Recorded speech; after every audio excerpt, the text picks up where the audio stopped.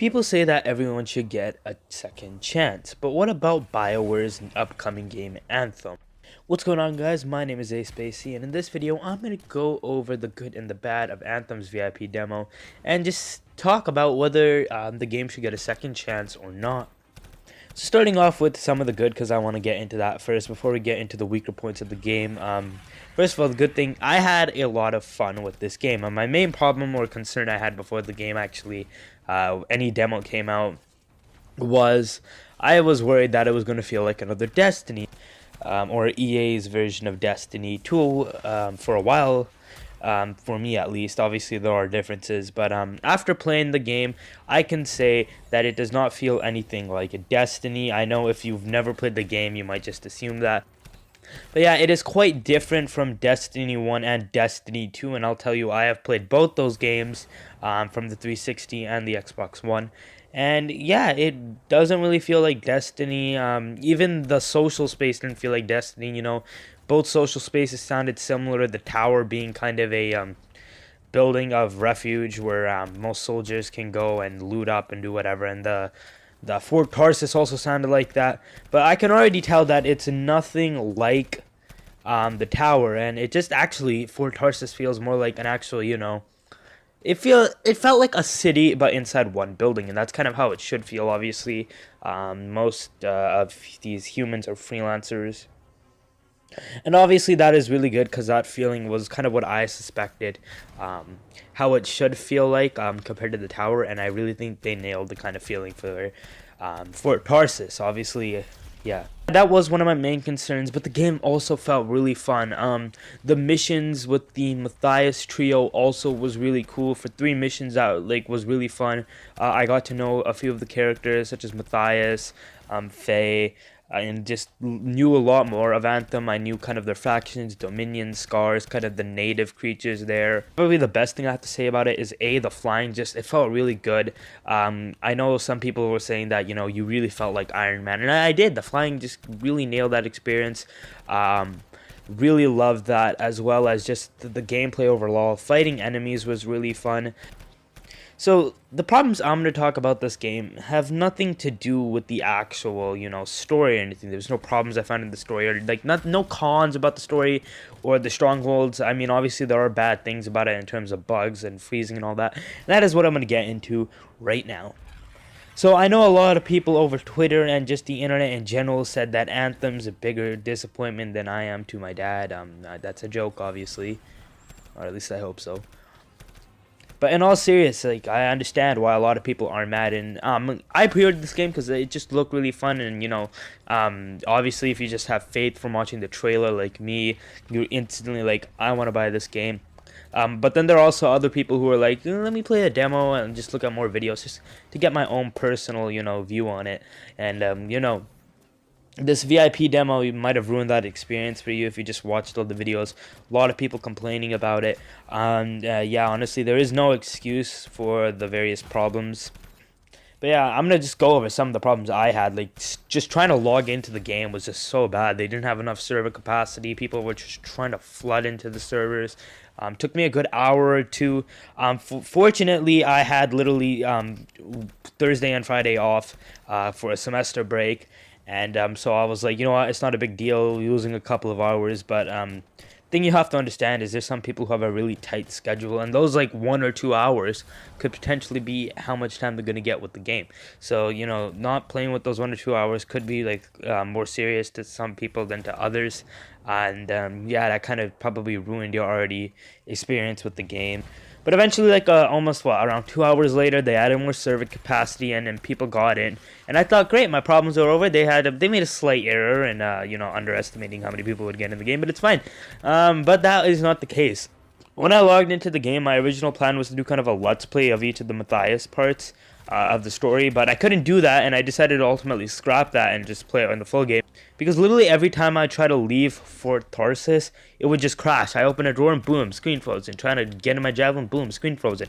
Really annoying, and I had to keep resetting the game. That was literally the only solution, and yeah, it wasn't really that fun doing it, and it kept doing it. I got really mad. And then we had even more errors after that, which just, oh my god. The main problem, and the problem most people know, I don't think this affected PC players, but Xbox and PlayStation people, I know you have probably experienced this. Every time you try to load the game, it would freeze at 95%, and that is the most annoying thing. The only workaround they didn't fix it or anything. I mean, it's a 3-day demo. I don't really think they were going to do anything about it. Is you'd have to back out the game, go back in, and thankfully it had a message that was like, oh, you're already in the expedition. Would you like to rejoin that expedition? You press yes and you get in there. That's good. I mean, we shouldn't have to do that workaround, but the consequence of doing that is most of the time, or a good amount of the time, especially for a mission, which some of these missions weren't really that long. I mean, they were good, but they weren't that long. Was that you'd literally join around like a quarter. I actually joined halfway through a mission. It kind of sucks because you didn't get to experience a lot of the story. But I knew when I actually got to play the full game, the story is going to be good, because even though I didn't join the complete story, I still had a good time with it. I didn't really want to do that. I wanted to try and experience the story, you know, as best as possible. But yeah, that was a con. But the story, you know, with the various parts missing, it was still pretty. You know, free play was pretty fun. I mean, for some weird reasons, enemies just kept disappearing. I was in, I guess, what they call it, world events or public events. I think they're the Destiny version of public events.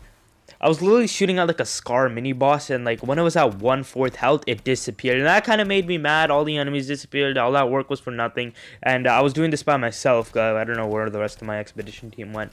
So it was kind of difficult, and literally when I was so close to dying, disappeared. It wasn't fun. I was pretty sad. The missions I already really talked about, and the Stronghold, which is the Destiny's version of the raid.